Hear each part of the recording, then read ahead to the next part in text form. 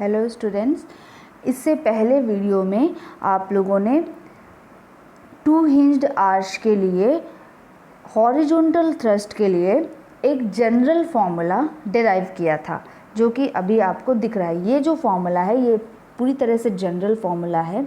अगर EI equal to constant हो जाता है, यूनिफॉर्म फ्लेक्सिबल रिजिडिटी का कोई आर्च आपको दिया जाता है, तो ऐसे केसेस के लिए जो फॉर्मूला यूज़ आप करेंगे H के लिए वो ये होगा। ठीक, अब हम लोग इसी फॉर्मूले को और ज़्यादा सिंप्लीफाई करेंगे अलग अलग कंडीशन के लिए।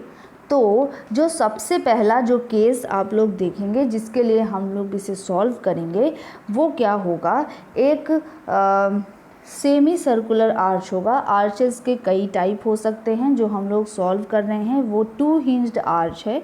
टू हिंज्ड आर्च में भी सेमी सर्कुलर आर्च है।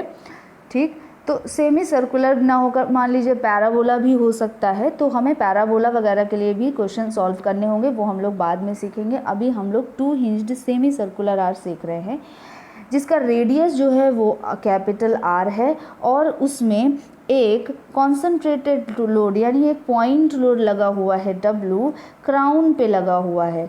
मैंने इससे पहले भी आप लोगों को बताया था कि क्राउन क्या होता है। किसी भी आर्च में जो मैक्सिमम हाइट पे जो पॉइंट होता है वही उसका क्राउन होता है। जब बात की जाती है थ्री हिंज्ड आर्च की, तो इसी क्राउन पर एक हिंज होता है, लेकिन अभी हम लोग टू हिंज आर्च सीख रहे हैं, इसलिए इस क्राउन पर कोई हिंज नहीं है।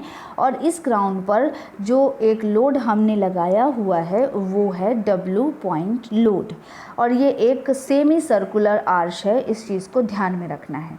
ठीक है, तो हमें क्या करना है, हमें अभी जो H का फॉर्मूला है उसके लिए, इस पर्टिकुलर केस के लिए हमें H का वैल्यू निकालना है, और ये जो वैल्यू आएगा इसको एज अ फॉर्मूला हम लोग यूज़ करेंगे बाद में। ठीक है, तो मान लीजिए ये जो एक सेमी सर्कुलर आर्च है, इसका रेडियस जो है वो R है, और इसमें एक पॉइंट हमने लिया, X पॉइंट लिया, जो कि हॉरिजॉन्टल से थीटा एंगल पर है। ठीक, ये पोजीशन है। अब हमें क्या करना है, सबसे पहला स्टेप जो होता है टू हिंज आर्चेस को सॉल्व करने के लिए, उसमें हमें वर्टिकल फोर्सेस निकालने होते हैं। यहाँ पर दो हिंज हमें दिख रहे हैं, हिंज A और हिंज B। तो हिंज A और हिंज B पर देखिए इस तरह चार फोर्सेस लगेंगे। ये होगा VA, ये होगा VB, ये होगा HA और ये होगा HB। ठीक, तो अब हमें इन चारों की वैल्यूज़ जो है वो निकालनी है। वन मोर थिंग कि ये एक सिमेट्रिकल केस है। अगर आप बिल्कुल शॉर्ट वे में समझें तो देखिए ये जो आपको दिख रहा है वो सिमेट्रिकल केस है, मतलब A से C के बीच या फिर B से C के बीच में सेम कंडीशंस अवेलेबल हैं। लोडिंग जो है वो बराबर बराबर डिस्ट्रीब्यूट हो जाएगी VA और VB में, तो यानी VA और VB जो है वो W/2 हमें मिल जाएगा। ठीक है, और ये एक चीज़, लेकिन फिर भी हम इसको सॉल्व करके देखेंगे, क्योंकि ये तो केस बहुत सिंपल है, लेकिन प्रोसीजर से जाना चाहिए, ताकि जब टिपिकल केसेस आते हैं तो हमें प्रोसीजर से चलने की आदत हो चुकी होती है, और हम फिर उन टिपिकल केसेस को बहुत आराम से सॉल्व कर पाते हैं।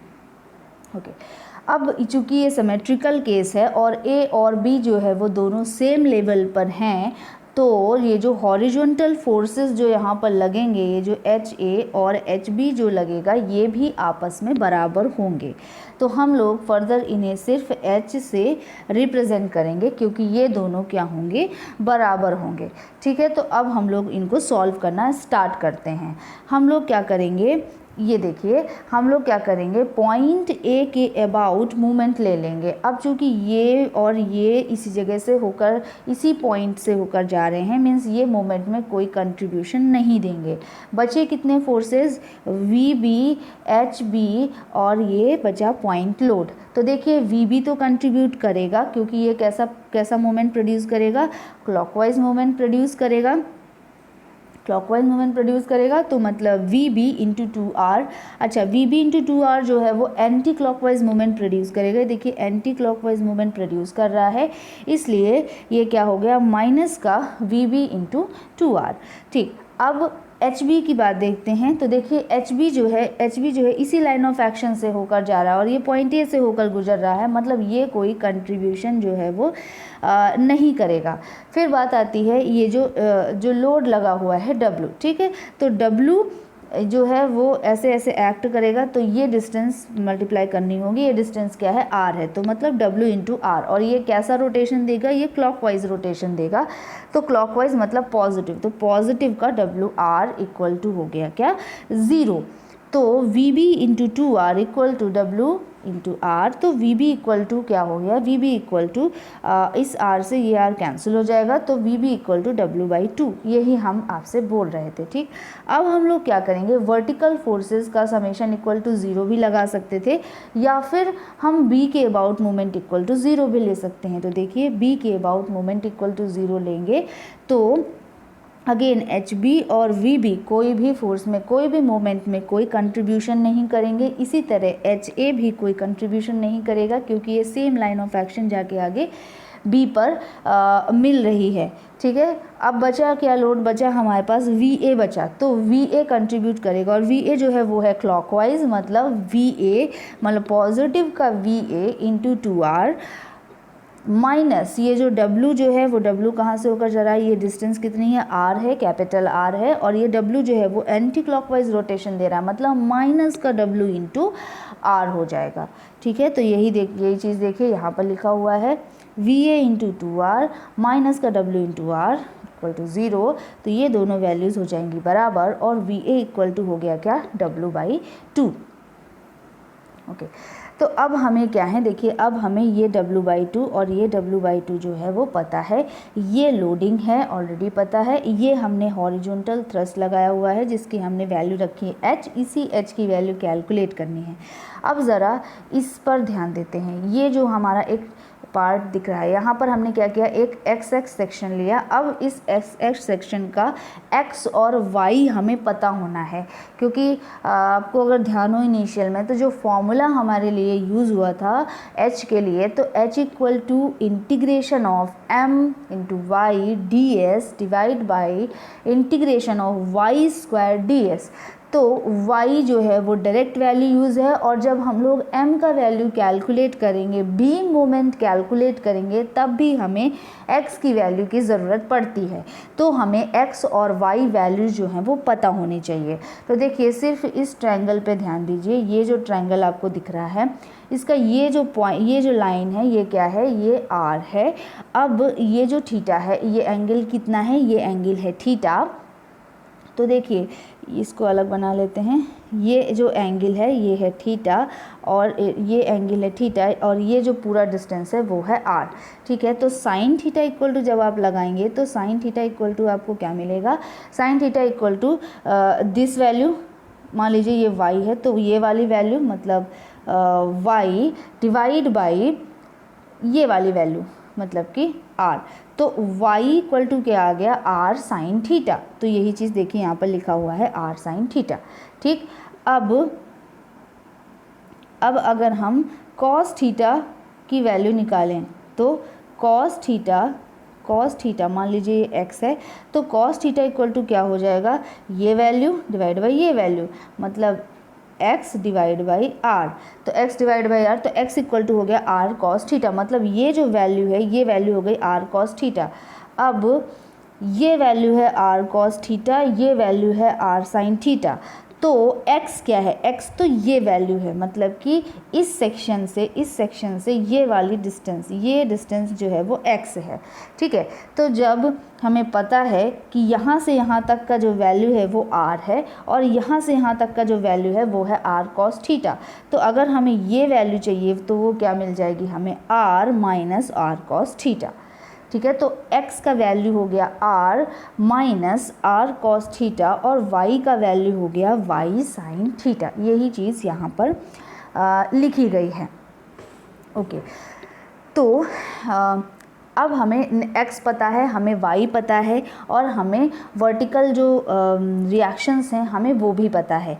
तो इसी सेक्शन xx पर हम बीम मोमेंट निकाल लेते हैं।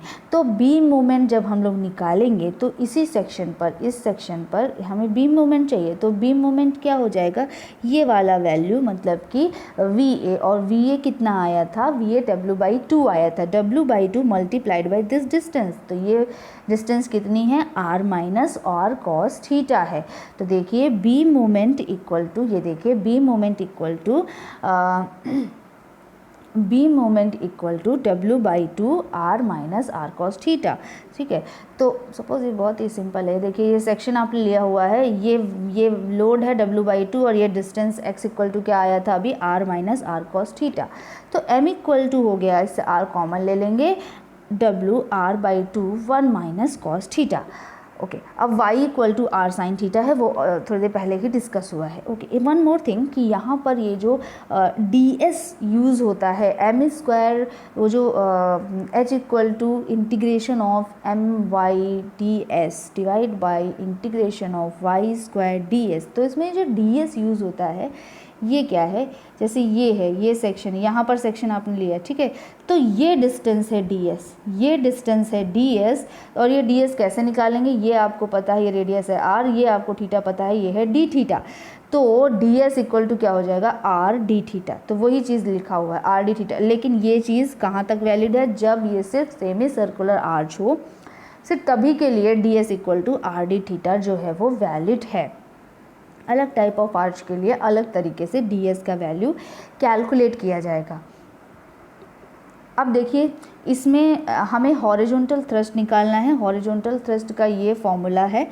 अब EI इक्वल टू कॉन्स्टेंट का केस हम लोग ले रहे हैं, तो integration of m/ds divide by integration of y square ds। हमने y का वैल्यू भी कैलकुलेट किया, हमने ds का वैल्यू भी देखा, हमने m का वैल्यू भी देखा।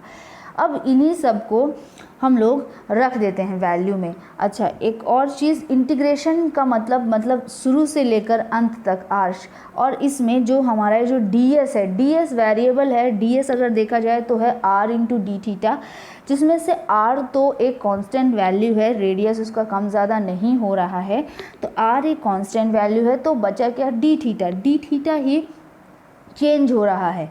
तो थीटा की वैल्यू कहाँ से कहाँ तक वैरी कर रही है, तो ये देखिए आर्च जहाँ पर बना हुआ है, तो ये देखिए जो थीटा का वैल्यू है वो क्या चलेगा, यहाँ पर इस जगह पर थीटा का वैल्यू है 0, इस जगह पर थीटा का वैल्यू है 90 डिग्री, इस जगह पर थीटा का वैल्यू है यहाँ से यहाँ तक 180 डिग्री। मतलब कि इस पूरी आर्च के लिए थीटा कहाँ से कहाँ तक घूमेगा, 0 से लेकर 180 डिग्री तक, यानी 0 से लेकर पाई तक वैरी करेगा। अच्छा, एक और चीज़, 0 से लेकर पाई तक अगर हमें वैल्यू चाहिए, तो देखिए हम लोग इसको दो पार्ट्स में तोड़ भी सकते हैं, 0 से लेकर π/2 और π/2 से 0, दोनों का समेशन कर दें तो भी हमें सेम रिजल्ट मिलेगा। एक चीज़ और, चूँकि ये सिमेट्रिकल केस है, इसलिए 0 से π/2 और π/2 से 0 दोनों सेम होगा, तो ये और ये दोनों सेम है, तो हम 2 टाइम्स ऑफ एक का भी कर सकते हैं। लेकिन हमने ऐसा नहीं किया, हमने दोनों को अलग अलग दिखाया है, हम लोग बाद में उसको 2 टाइम्स कर देंगे। ठीक है, तो देखिए m का जो वैल्यू है वो क्या है, m का वैल्यू है सिर्फ इतना, WR 1 minus cos theta by 2, और y का वैल्यू है r साइन थीटा, ds का वैल्यू है d थीटा। सेम वैल्यू बाद में भी लिखी है, इसमें हम लोग बाद में क्या करेंगे, 2 टाइम्स कर देंगे इसको हटाकर। ठीक, सेम यही चीज़ नीचे के लिए भी है, जो वैल्यू जो है वो 0 से पाई तक जानी है, तो हम लोग 0 से π/2 वन साइड से, 0 से π/2 दूसरी साइड से, ये दोनों वैल्यू जो है वो पूरी तरह से बराबर हो जाएंगी। अच्छा, नीचे क्या होना था, y स्क्वायर ds होना था, तो y का वैल्यू क्या था, r साइन थीटा, तो r square sine square theta, ds value है r d थीटा। सेम चीज़ इधर भी। अब चूँकि ये वाली पूरी वैल्यू इसके बराबर है, ये वाली पूरी वैल्यू इसके बराबर है, मतलब 2 times of this and 2 times of this, बाद में 2 कैंसिल हो जाएगा, तो बचेगा क्या, ये देखिए बचेगा क्या, 2 टाइम्स दिस वैल्यू, पूरी वैल्यू वही है। अच्छा, इसमें कुछ चीज़ें कॉमन आई हैं, वो देखिए, देख लेते हैं हमने कैसे कॉमन लिया है। तो देखिए W जो है वो चेंज नहीं हो रहा है, तो ये पूरा बाहर आ जाएगा। R भी चेंज नहीं हो रहा, बाहर आ जाएगा। 2 भी चेंज नहीं हो रहा, बाहर आ जाएगा। ये R भी चेंज नहीं हो रहा, बाहर आ जाएगा। ये R भी चेंज नहीं हो रहा, बाहर आ जाएगा। मतलब WR³/2 जो है वो बाहर हो जाएगा। तो ये देखिए WR³/2 जो है वो बाहर हो गया, और 2 टाइम्स अभी भी जो दोनों अलग अलग कंपोनेंट थे उनको हमने कंबाइन किया, 2 टाइम्स हो गया। 0 से π/2 1 minus cos theta sine theta d theta, 1 minus cos theta sine theta d theta, वो एज इट इज़ है। अब ज़रा डिवाइड के नीचे क्या है उसको देख लेते हैं। इसमें देखिए R² और R जो है वो कॉमन है, इसको बाहर लिया, और ये एक टर्म मतलब 2 टाइम्स, तो 2 टाइम्स ऑफ R³, देखिए 2 टाइम्स ऑफ R³ जो है वो हो गया। और 0 से π/2 अंदर इसमें क्या बचेगा, तो देखिए ये बाहर हो गया, ये बाहर हो गया, बचा क्या, साइन स्क्वायर डी थीटा बचा। ठीक, तो अंदर क्या बचा, ये देखिए साइन स्क्वायर डी थीटा बचा। अब हमें इसको पूरा सॉल्व करना है। तो देखिए R³ से R³ कैंसिल हो जाएगा, ये 2 से 2 कैंसिल हो गया, मतलब इधर क्या बचा, W/2 बचा। अब W/2 और पूरी वैल्यूज़ एज इट इज़ रहेंगी। अब हम लोग एक एक टर्म को लेंगे। अब ये चूँकि अपने में ही काफ़ी बड़ा इंटीग्रेशन हो जाता है, इसलिए हम लोग इन दोनों को अलग अलग सॉल्व करेंगे। तो देखिए सबसे पहले इतना टर्म अगर हम लोग लें, सिर्फ इतना टर्म लेते हैं तो सबसे पहले जो है सबसे पहले इतना टर्म हम लोग लेते हैं, तो ये क्या है, 0 से π/2 sine square theta d theta. Okay, एक फार्मूला जो बहुत ही ट्रिग्नोमेट्री का बहुत ही सिंपल सा फार्मूला है, वो आपको आता होगा। cos 2 थीटा इक्वल टू क्या होता है, cos square theta minus sign square theta होता था, या फिर 1 माइनस 2 साइन स्क्वायर थीटा। तो इससे 2 sine square theta equal to क्या हो जाएगा, 1 माइनस cos 2 थीटा, और sine square theta equal to 1 minus cos 2 थीटा/2। ठीक, तो इसी जगह साइन स्क्वायर थीटा की जगह हम लोग ये वाली वैल्यू रख देते हैं, और डी थीटा अलग अलग कर देते हैं। तो 0 से π/2 1/2 डी थीटा, 0 से π/2 1/2 cos t theta d theta. ठीक, ये वैल्यू हो गई। अब देखते हैं, देखिए 1/2 डी थीटा मतलब कि जब हम इंटीग्रेशन करेंगे तो क्या आ जाएगा, थीटा आ जाएगा, और लिमिट्स क्या है, 0 से π/2, तो 0 से π/2, तो वैल्यू क्या हो गया 1/2 और ब्रैकेट के अंदर π/2 माइनस 0, तो मतलब फॉर्मूला सॉल्व करने पर आ गया π/4। अब इस पर देख लेते हैं, cos 2 थीटा है, तो cos 2 थीटा का जब हम लोग इंटीग्रेशन करेंगे तो क्या आ जाएगा, 1/2 sin 2 थीटा आ जाएगा। अब 1/2 sin 2 थीटा, तो 1/2 तो एज इट इज़ बाहर हो जाएगा, यानी बाहर हो जाएगा 1/4, और ये sin 2 थीटा में थीटा की वैल्यू एक बार π/2 एक बार 0 रखेंगे, तो sin 2 π/2 मतलब sin pi minus sin 0 degree. Sine pi मतलब साइन 180 डिग्री, उस पर भी वैल्यू 0 होती है, और साइन 0 पे भी वैल्यू 0 होती है। 0 माइनस 0 मतलब 0, और 1/4 मल्टीप्लाइड बाई 0 मतलब 0। तो फॉर्मूला जो हमारा रिजल्ट आया फाइनली वो क्या आया, π/4 आया। तो मतलब ये वैल्यू जो हो गई वो हो गई π/4। अब दूसरा टर्म देखते हैं। दूसरा टर्म जो है वो देखिए ये है, दूसरा टर्म है ये 0 से π/2 1 minus cos theta sine theta d theta. इसको हम लोग सॉल्व करते हैं। तो देखिए इसको सॉल्व करते हैं, तो ये हमने लिख लिया 0 से π/2 1 minus cos theta sine theta d theta equal to क्या होगा, ये हमें निकालना है। तो मान लीजिए कि हम लोग 1 माइनस कॉस थीटा को u के बराबर मान लेते हैं, तो du/d थीटा इक्वल टू क्या हो जाएगा, ये हो जाएगा 0, और ये डी थीटा जो है माइनस का कॉस थीटा का डी थीटा हम लोग करेंगे अगर, तो हो जाएगा क्या, प्लस का साइन थीटा, मतलब माइनस साइन थीटा, तो मतलब प्लस का साइन थीटा हो जाएगा। तो du इक्वल टू आ गया साइन थीटा डी थीटा। अब ज़रा इसको देखिए, ये क्या है, ये क्या लिखा है, साइन थीटा डी थीटा लिखा है, तो इसकी जगह हम लोग du लिख सकते हैं, और इसको हमने क्या माना था, u माना था। तो यही पूरा जो टर्म है वो किस में कन्वर्ट हो जाता है, u du में, और जब u du तो क्या हो जाएगा, u²/2। मतलब कि ये जो पूरी वैल्यू है उसको हम लोग सीधे, ये u लिया हुआ था हमने इसको, तो हम लोग इसका स्क्वायर डिवाइड बाई 2 ले सकते हैं इंटीग्रेशन करने के बाद, और 0 से π/2 तक लिमिट्स होंगी इसकी। ठीक है, तो 1/2 को हमने बाहर ले लिया, 1 माइनस कॉस π/2 का square minus 1 minus cos 0 degree का स्क्वायर। ठीक, तो cos π/2 मतलब कि cos 90 की वैल्यू होती है 0, तो ये हो गया 0 मतलब 1 माइनस 0 मतलब 1। अब इसमें cos 0 का वैल्यू होता है 1 मतलब 1 माइनस 1 इक्वल टू हो गया 0। तो इसमें बचा ब्रैकेट के अंदर 1 माइनस 0/2 मतलब 1/2। तो इस पूरे को सॉल्व करने पर हमें मिला 1/2। अब दोनों ही टर्म जो है वो सॉल्व हो चुके हैं। जो डिवाइड के ऊपर था वो भी सॉल्व होकर 1/2 मिला हमें, और जो डिवाइड के नीचे था वो सॉल्व होकर हमें मिला π/4। इन दोनों की वैल्यूज़ जो है वो इस इक्वेशन में रख देते हैं। तो इक्वेशन क्या हो जाएगा, h equal to W/2 multiplied by इस पूरे का इंटीग्रेशन डिवाइड बाई इस पूरे का इंटीग्रेशन का रिजल्ट। जब हम लोग इन दोनों के रिजल्ट को रखेंगे तो हमें क्या मिलेगा, देखिए ये देखिए, तब हमें जो h की वैल्यू मिलेगी वो क्या मिलेगी, W/2 पहले से था और ऊपर जो इंटीग्रेशन करने पर आया वो हमें क्या मिला 1/2 मिला डिवाइड बाई π/4। तो W/2 मल्टीप्लाइड बाई 1/2 मतलब W/4 डिवाइड बाई π/4 यानी π/4 डिवाइड है तो ये ऊपर चला जाएगा तो क्या हो जाएगा W/4 मल्टीप्लाइड बाई 4/π, 4 से 4 कैंसिल हो जाएगा मतलब W/π। तो ये h का जो सिंप्लीफाइड फॉर्म हमें मिला वो क्या मिला कि horizontal thrust equal to W/π होगा। ये तब का केस है जब एक टू हिंज आर्च पे एक पॉइंट लोड क्राउन पे लगा होता है और हॉरिजॉन्टल थ्रस्ट यानी ये h और इस h का जो वैल्यू हमें मिलेगा वो क्या मिलेगा W/π होगा। यानी एक चीज़ तो क्लियर है कि अगर पॉइंट लोड एक क्राउन पे लगा होता है तो हमें रेडियस पे डिपेंड नहीं करता है, h का वैल्यू जो है वो रेडियस पे डिपेंड नहीं करता है, वो सिर्फ जो W जो लोड लगा हुआ है उसकी वैल्यू पे डिपेंड करता है। नेक्स्ट वीडियो में आप लोग इसी टाइप के आर्चेज़ का एग्जाम्पल देखेंगे जिसमें आप लोग डायरेक्ट फॉर्मूला अप्लाई करेंगे। इस फॉर्मूले को आपको याद रखना है जो फॉर्मूला डबल ब्रैकेट्स के अंदर है। और आप लोग फिर नेक्स्ट केस देखेंगे जिसमें एक पॉइंट लोड लगा होगा टू हिंज्ड आर्च पे, लेकिन वो सेंटर पे नहीं लगा होगा, सेंटर से थोड़ा सा डेविएट होकर किसी पॉइंट पर लगा होगा। किसी भी साइड डेविएट हो सकता है, लेफ्ट हैंड साइड या राइट हैंड साइड। फिर थर्ड केस आप देखेंगे यूडीएल पूरी टू हिंज आर्च पे एक यूडीएल लगा होगा, उसकी वजह से क्या हॉरिजॉन्टल थ्रस्ट फॉर्मूला आता है उसको भी आपको देखना है और उस फॉर्मूले को भी आपको याद रखना है। ठीक है, तो ये सब कुछ हम लोग नेक्स्ट वीडियो पे सीखेंगे। Thank you so much students.